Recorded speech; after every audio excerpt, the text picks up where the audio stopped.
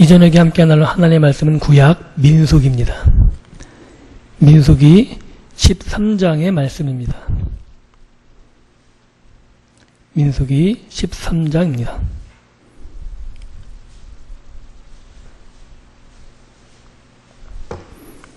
민수기 13장 30절에서 33절입니다.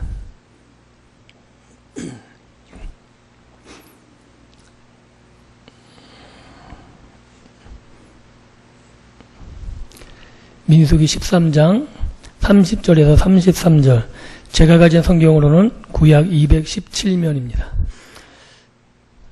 찾으셨으면 저와 여러분들이 함께 한 목소리로 봉독합니다. 같이 읽습니다.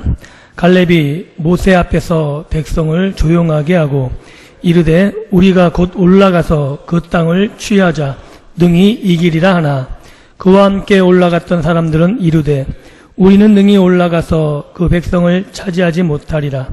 그들은 우리보다 강하니라 하고 이스라엘 자손 앞에서 그 정탐한 땅을 악평하여 이르되 우리가 두루 다니며 정탐한 땅은 그 거주민을 삼키는 땅이요 거기서 본 모든 백성은 신장이 장대한 자들이며 거기서 네피림 후손인 아낙 자손의 거인들을 보았나니 우리는 스스로 보기에도 메뚜기 같으니 그들이 보기에도 그와 같았을 것이니라. 아멘. 말씀 앞에 잠시 기도합니다. 하나님 감사합니다. 이 밤 이 저녁에도 저희들을 불러 모아주셔서 하나님 말씀 앞에 세우시고 또 말씀을 통해서 우리에게 은혜 베풀어 주시니 감사합니다. 이 시간 부족한 종을 통하여 하나님의 마음을 알게 하시고 하나님의 뜻이 온전히 선포되어 그 말씀을 통해서 다시금 하나님의 백성으로 힘있게 이 땅을 살아갈 수 있는 주의 백성들 되게 하여 주옵소서. 전하는 자 입술을 붙잡아 주시고 듣는 주의 백성들의 마음을 주님께서 활짝 열어주셔서 온전히 하나님의 뜻만이 세워지는 복된 이 시간 되게 하여 주옵소서. 감사드리며 예수님 이름으로 기도합니다. 아멘. 오늘 이 민수기 13장의 말씀을 가지고 무엇을 볼 것인가 라는 제목으로 같이 말씀을 나누기를 원합니다. 지금 우리가 사는 이 시대는 교회가 많이 핍박을 받고 있고 교회가 무너져 가고 있는 시대라고 이야기해도 틀리지 않을 것 같습니다. 이 교회가 무너져 가는 것은 우리나라만의 문제가 아니고 19세기 초반부터 유럽을 시작해서 미국을 거쳐서 지금 우리나라에 이르기까지 교회가 허물어지는 모습들이 이제는 눈에 보일 정도로 굉장히 심각한 지경까지 와 있습니다. 유럽의 교회들이 무너진 이유는 보통 우리들이 생각하는 것처럼 교회가 교리만 가리키고 후대들의 교육을 못하고 이런 부분이 큰 영향이 있는 것이 아니라 19세기 초반에 자유주의 신학이란 하나의 흐름이 유럽 교회를 강타를 합니다. 그 흐름이라는 게 뭐냐면 성경을 하나님의 말씀으로 보지 않는 운동이에요.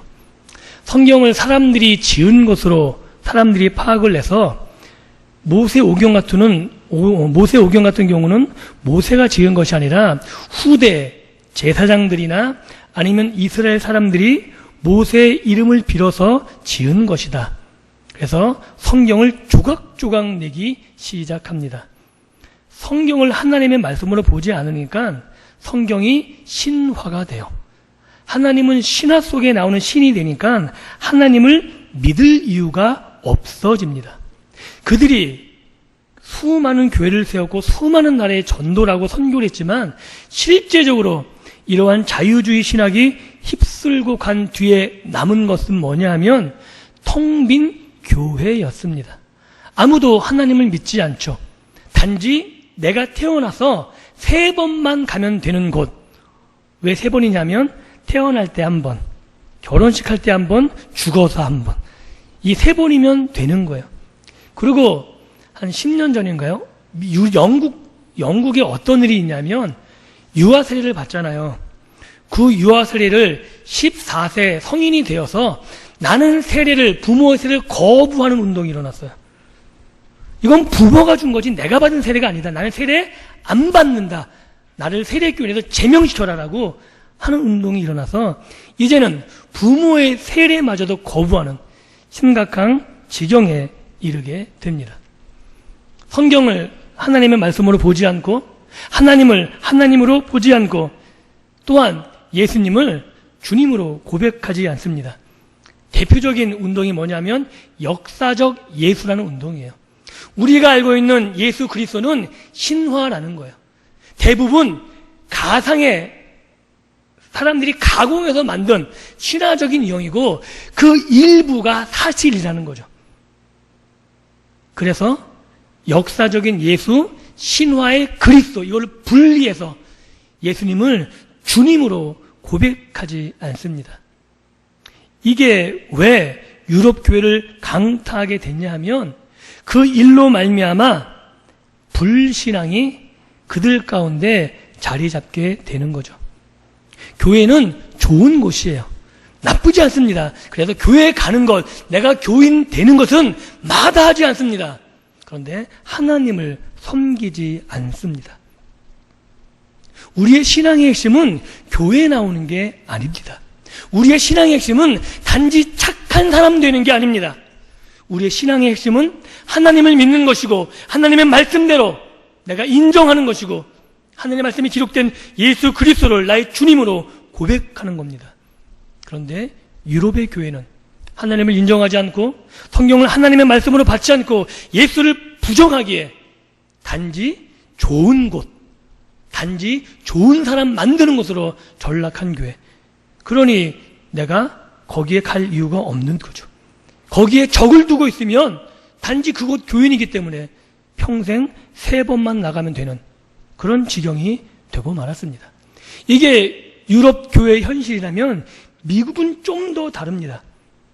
미국은 청교도 운동이 있었고 부흥 운동이 있었고 수많은 신학적인 갈등과 대립 가운데서 그나마 이 자유신학적인 문제는 많이 견뎌내는데 19세기 후반 들어서 미국의 철학적인 흐름 가운데 대두됐던 게 뭐냐면 실용주의예요. 실용주의하고 심리학 이 두 분야 때문에 미국 교회가 허물어지기 시작합니다. 이게 왜 문제냐면 하나님을 왜 믿냐면 나를 왜 믿는 거예요. 나의 성공과 나의 행복 때문에 하나님이 필요한 거예요. 그러니까 나에게 유익이 되지 않으면 교회도 필요 없는 거고 하나님도 필요 없고 예수도 필요 없는 거예요. 미국의 가정들이 잘 깨지는 이유가 있습니다. 왜 깨지냐면 아주 궤변적이에요. 우리가 들을 때는. 왜 헤어지냐 그러면 사랑해서 헤어진대요. 이유가 된다고 생각하세요? 근데 이 이유가 납득되면 문제가 심한 거예요. 이게 왜냐하면 가치관의 중심과 모든 기준, 행복, 이 기준이 나이기 때문에 그러는 거예요. 성경에서는 모든 기준을 내가 아니고 누구라고 말하고 있냐면 하나님 한 분이라고 분명히 이야기합니다. 하나님이 기준이에요. 하나님이 정한 말씀이 기준이에요. 그런데 미국의 실용주의는 아니라는 거예요. 하나님은 나의 필요를 위해서 있는 거고 내가 필요하지 않으면 나의 유익이 먼저 되지 않으면 교회나 하나님이나 의미가 없다는 거죠. 어떻게 보면 맞는 말 같잖아요. 그런 실용주의에 입각해서 가장 크게 대두됐던 게 심리학이라는 분야입니다. 그 심리학을 등에 업고 교회에 접목되기 시작하는 것이 뭐냐면 적극적 사고방식, 그리고 우리가 익히 알고 있는 긍정의 힘. 이게 나쁜 의미가 아니에요. 좋은 거예요. 긍정적 사고방식, 적극적 사고방식, 나쁜 게 아닙니다. 좋은 겁니다. 그리고 우리가 그렇게 가야 되고 우리도 몸에 배면 좋은 거예요. 그런데 중요한 건 그게 신앙은 아니라는 거죠. 긍정의 힘이, 적극적 사고방식이 신앙의 본질, 복음이 아니라는 거예요. 그런데 교회가 헷갈리기 시작했어요. 심리학적인 위로가 성령의 위로하고 구분하기 어려워졌어요. 적극적 사고방식, 긍정의 힘 이런 것들이 하나님의 역사와 성령의 능력과 헷갈리기 시작했어요. 그래서 내가 긍정만 가지고 있으면, 내가 적극적으로 하기만 하면 하나님이 도우셔서 다 되어질 것처럼, 그래서 성공신화, 번영이 마치 하나님의 능력이고 하나님의 축복인 것으로 이게 전부 다 옷을 갈아입기 시작했습니다. 그래서 복음과 인간의 노력과 인간의 마음가짐이 구별되기 어려운, 그래서 점점 복음의 본질을 놓쳐가게 됩니다. 그러나 중요한 건 자유주의 신학이 됐던 아니면 심리학이나 실용주의가 됐건 그 기조의 밑바닥에 깔린 가장 중요한 건 뭐냐면 불신앙이라는 거예요. 하나님을 인정하는 게 아니라 내가 하는 거예요. 내가 내 마음을 컨트롤해서 하나님을 이용해서 내 삶을 번영시켜 보고 싶다는 논리가 있는 거죠. 이 문제가 한국교회도 지금 이 순간에 심각한 문제로 자리 잡고 있습니다. 왜냐하면 심리학이나 이런 치유 그리고 실용주의 이런 부분이 우리나라에도 미국의 영향을 받아서 가장 크게 교회에 영향을 미치고 있는 부분이 그런 부분이기 때문에 그렇습니다. 나쁘다는 게 아닙니다. 필요합니다. 우리에게 굉장히 유익을 줍니다. 상담을 하게 되면 마음이 편안해지고 또한 그 상담 때문에 우리가 힘을 얻고 그래서 다시금 내가 어떤 일을 할 수 있는 에너지를 얻어요. 공급받습니다. 부인할 수 없는 사실이에요. 치유 있습니다. 내가 적극적 사고방식하면 그 적극적인 사고방식 긍정의 힘 때문에 안 되는 것도 잘 될 수 있습니다. 부정하지 않습니다. 그런데 중요한 건 뭐냐면 그것이 복음은 아니에요. 그것이 신앙의 핵심은 아닙니다. 우리는 내 마음을 컨트롤해서 잘 되는 것이 아니라 하나님께서 나에게 복을 주시는, 하나님이 나와 함께 하셔서 하나님의 뜻으로 말미암아 내 길을 인도하시고 나와 함께 하시고, 이것이 복음이고 이것이 하나님께로부터 받은 은혜라고 성경은 분명히 이야기하고 있기 때문에 그렇습니다. 오늘 우리가 읽은 민수기 13장의 이 본문은 적극적 사고방식, 긍정의 힘, 이런 부분에서 가장 많이 비유되고 예시되고 있는 본문 중에 하나입니다. 우리가 익히 알고 있는 정탐꾼 이야기입니다. 그죠? 가나안 땅에 들어가기 전 이스라엘 백성들이 이야기합니다. 하나님이 주시고자 하는 가나안 땅에 정말 그 땅이 하나님 말씀대로 젖과 꿀이 흐르는 좋은 땅인지 한번 보자. 모세가 하나님께 그 이스라엘 백성들의 뜻을 여쭙고, 그리고 하나님은 그 뜻을 허락하셔서 가나안 땅에 정탐하는 것을 허락합니다. 그래서 한 지파당 한 명씩 뽑아서 가나안 땅을 40일 동안 정탐하게 하는 내용이 오늘 민수기 13장에 나온 이야기입니다. 그러나 좀 더 우리가 주의 깊게 살펴보면 하나님의 말씀을 이스라엘 백성이 신뢰했다면 정탐할 이유가 있었을까요? 그들이 애굽에서 10가지 재앙으로 그 당시 최대 강대국이었던, 지금의 미국보다 더 센 힘을 자랑했던, 전무후무한 애굽의 파워를 가졌던 그 나라 바로를 무너뜨리고 그들을 이끌어냈던 하나님, 그 하나님의 능력을 확신했다면 가데스 바네아에서 정탐할 이유를 알지 못했을 거예요. 하나님 우리에게 주셨으니까, 하나님이 약속하신 것이니까, 하나님 우리와 함께 하시니까 그 약속을 믿고 들어가면 끝나는 일이었어요. 그런데 이스라엘 백성이 뭐라 그래요? 한번 정탐해보자. 과연 그 땅이 그런지 아니한지 보자라는 거예요. 그리고 실제로 40일 동안 그 땅을 정탐합니다. 그러고 와서 이야기합니다. 이야기의 내용은 이렇습니다. 정말 그렇다. 하나님의 말씀하신 대로 그 약속이 틀리지 않다. 젖과 꿀이 흐르고 정말 풍요로운 땅이다.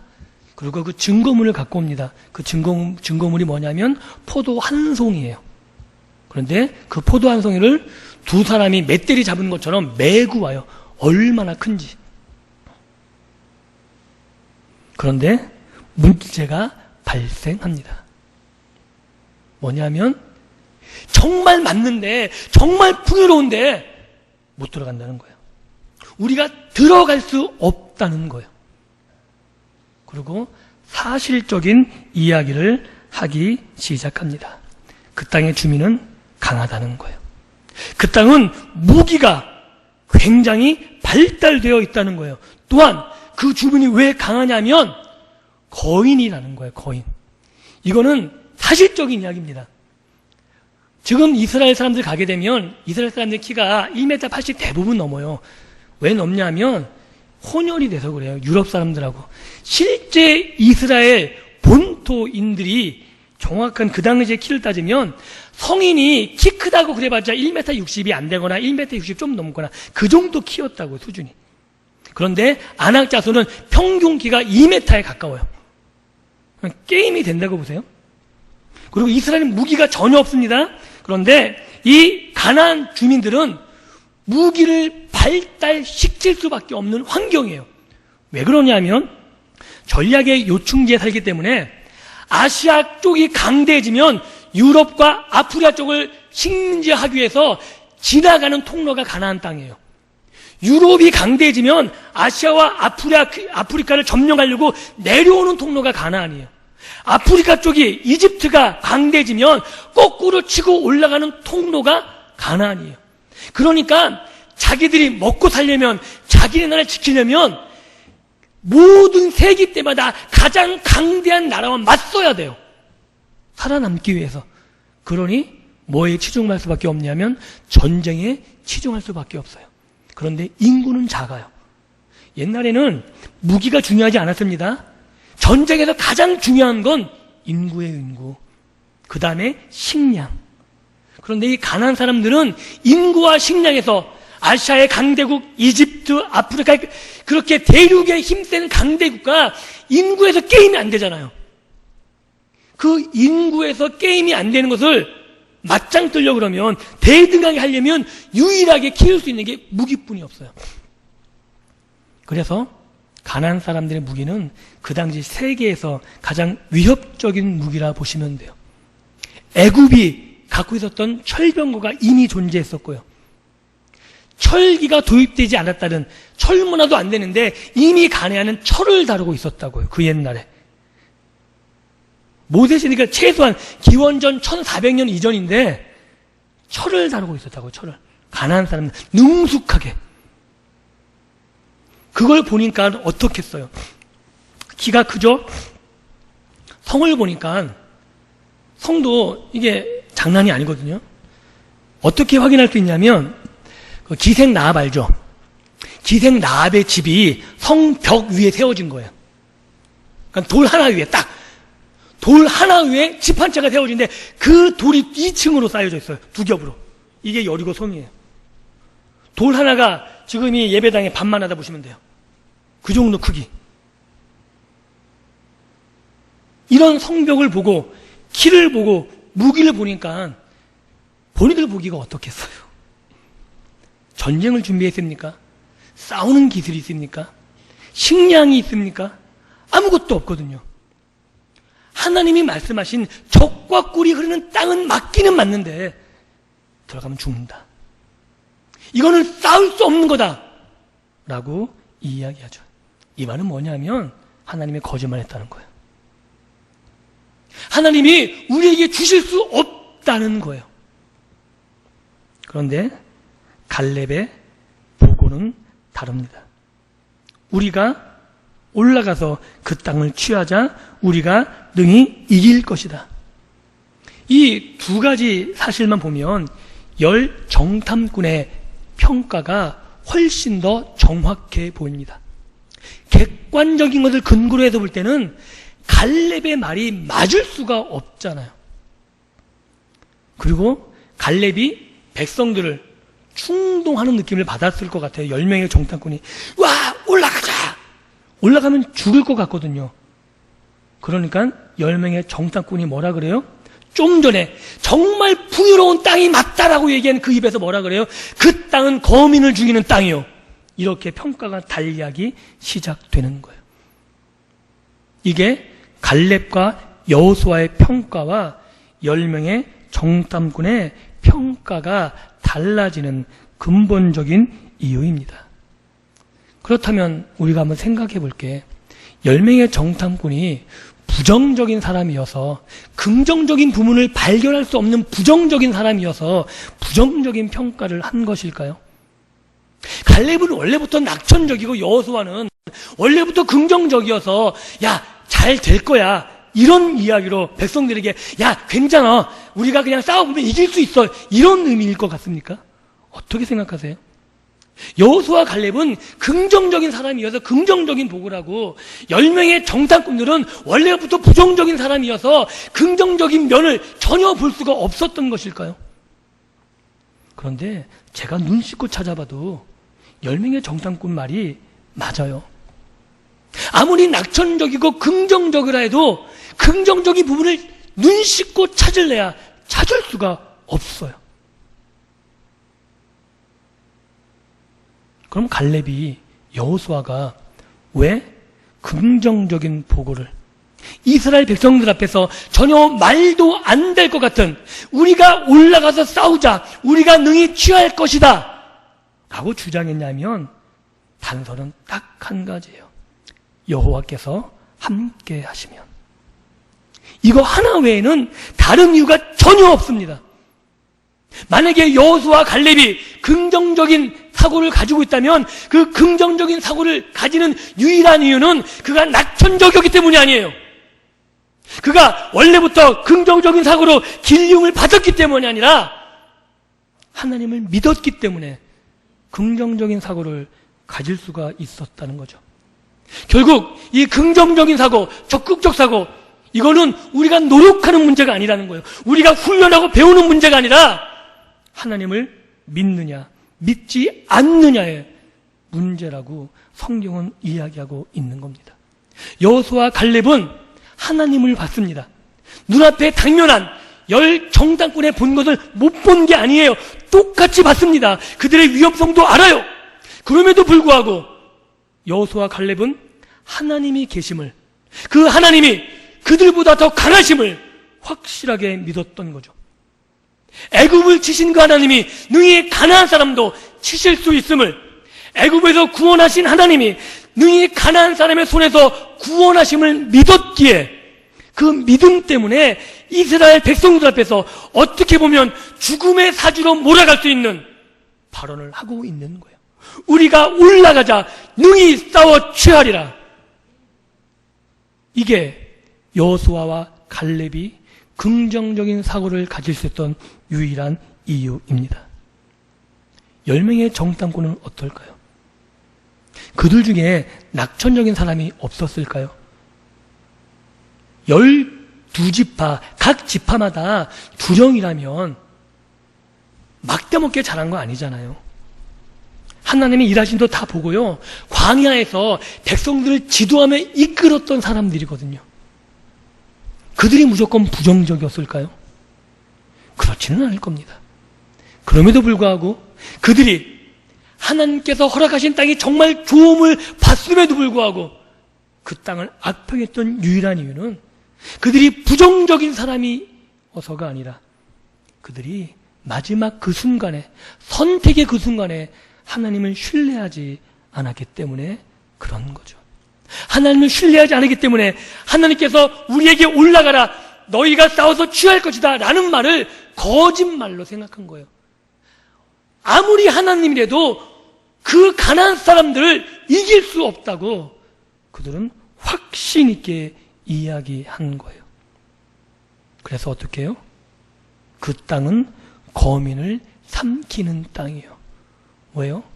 싸우러 들어가면 죽을 게 뻔하니까. 그런데 이 민수기 13장의 말씀을 통해서 심리학이나 실용주의에 익숙하게 우리가 해석을 하게 되면 자꾸 긍정적인 사고로, 적극적인 사고로 몰아가게 돼요.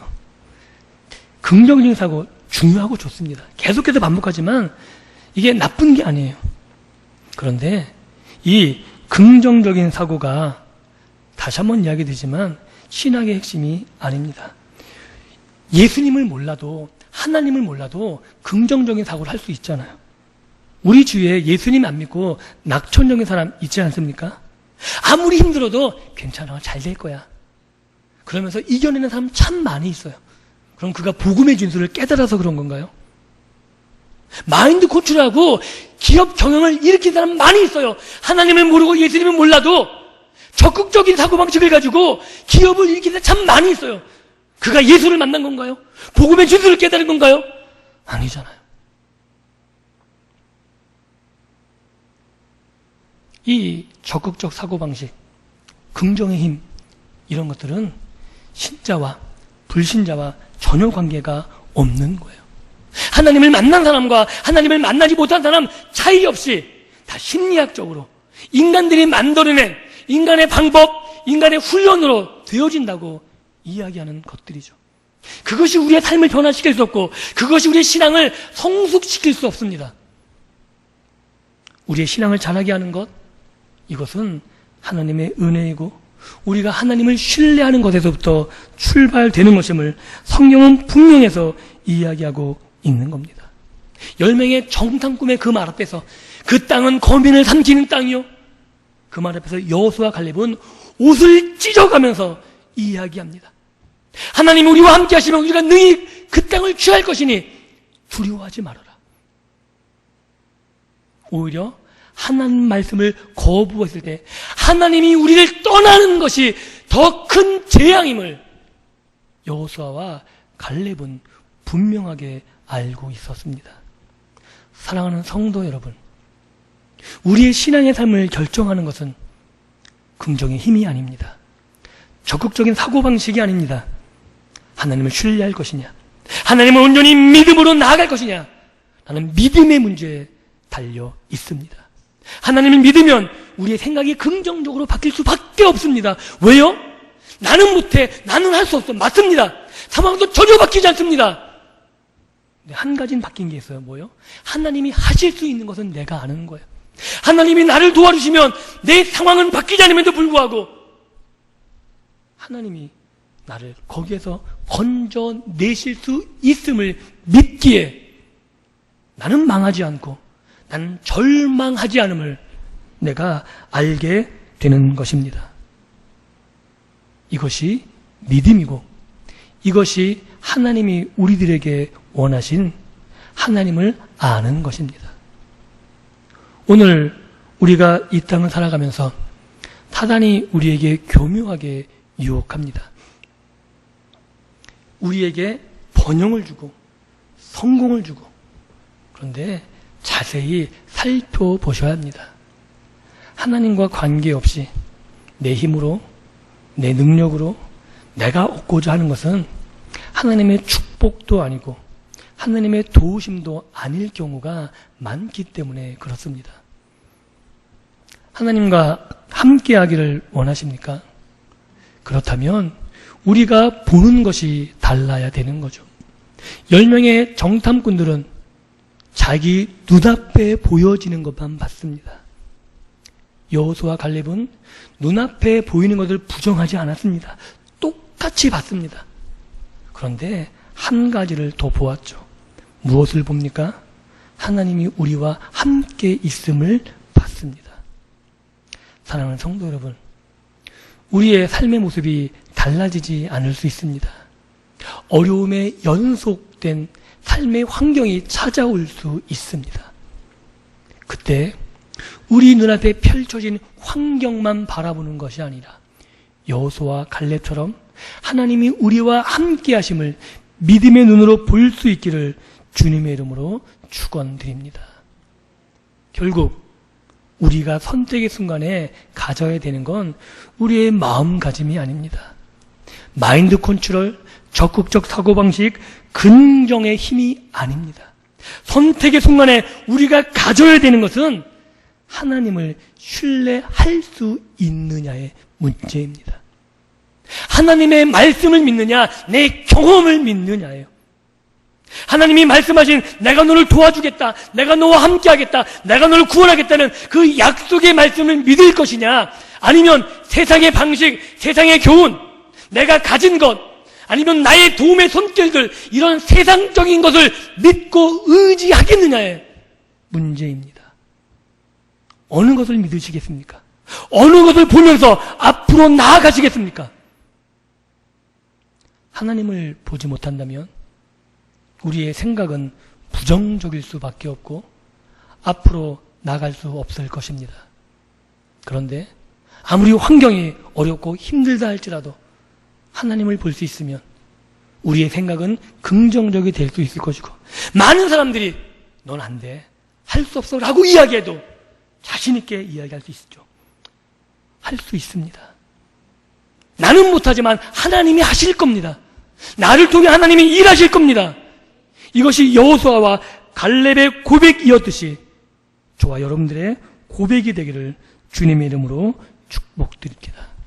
그래서 우리의 신앙의 삶이 여호수아와 갈렙처럼 하나님을 온전히 신뢰함으로 하나님이 주신 그 땅을 취해 나갈 수 있는, 그 어떤 어려움과 힘든 환경 속에서도 주어진 약속의 말씀을 붙잡고 그 약속을 내 삶에서 성취시켜 나가는 믿음의 삶, 하나님이 주신 믿음을 가지고 갈렙처럼 이 산지를 내게 주소서 라고 믿음의 요청을 하면서 하나님과 함께 여러분이 가진 믿음의 꿈을 이뤄 가실 수 있는 아름답고 복된 삶을 살아가시기를 다시 한번 주님의 이름으로 축원드립니다. 기도합니다. 하나님, 감사합니다. 우리 눈앞에 보이는 현실들에만 우리가 우리의 눈을 두지 않게 하시고 믿음의 눈을 가질 수 있도록 은혜 베풀어 주시기를 간절히 소원합니다.